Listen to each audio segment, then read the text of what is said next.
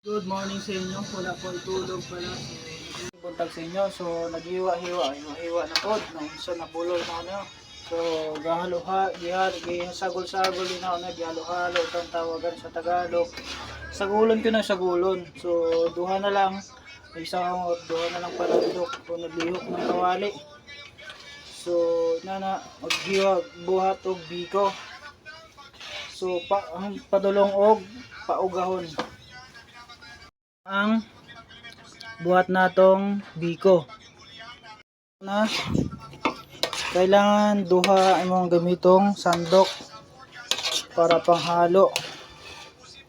Ang isa din na pod aking isa kahoy, kawayan kahoy buhat og ng pangsandok lang ano porma. So bet ko dring isa bet sa pool kanan kailangan ng gilid. So USA ang akang gibutang sa ulo.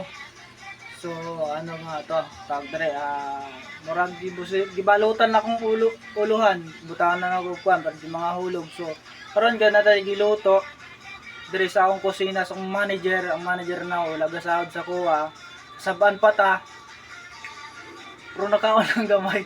So ikalipay na lang nato dili nato din kagol. So nagaluto dayta kaya gabukal-bukal na. Naway po makita ko kinyo ang nilungag sa pilit nga marang malagkit. So bikohon day ni. So nakita nyo yung isa na kanon o luto o kanin. Kulta bukal-bukal sige isagol-sagol na to, ihalo-halo ba kana ukayon ano ukay.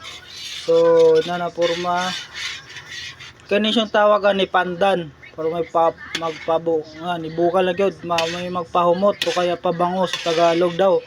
So nibukal yung kayo isunod na nato ang pilit. Gapon to sa ang kusina nato.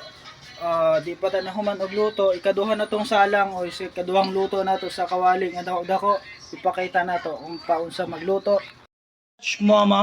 Touch na yan. So kailangan na sa pinakalupay lang. So ang kailangan nyo ang apoy niya daw hinay-hinay lang o muna gas stove kasi gamit na ko diri sa Manila. Sa manager ka to, hindi to ako kay luto lang ko diri kay manager. So nanay na porma.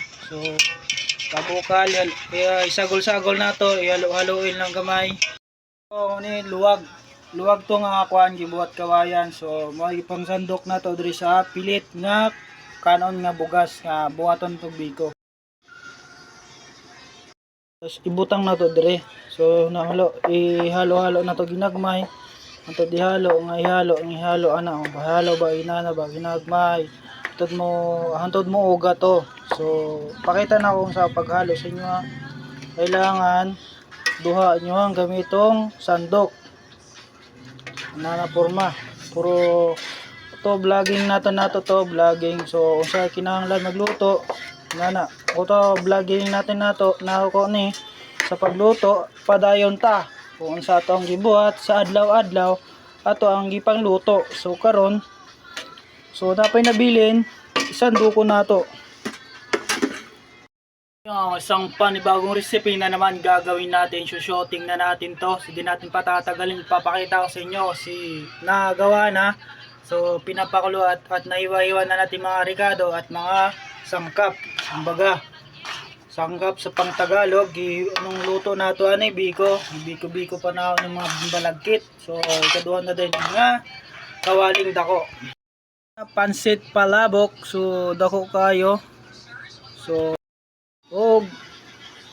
apoy pwede po siyang hinaan low fire mo lang konti. Pwede ganyan. Ito ang pagluto. So picture po tama kahit bisag isa lang ka picture dagyo na tong manager. So kuha na isa ka picture kusinero sa kay manager. Yon.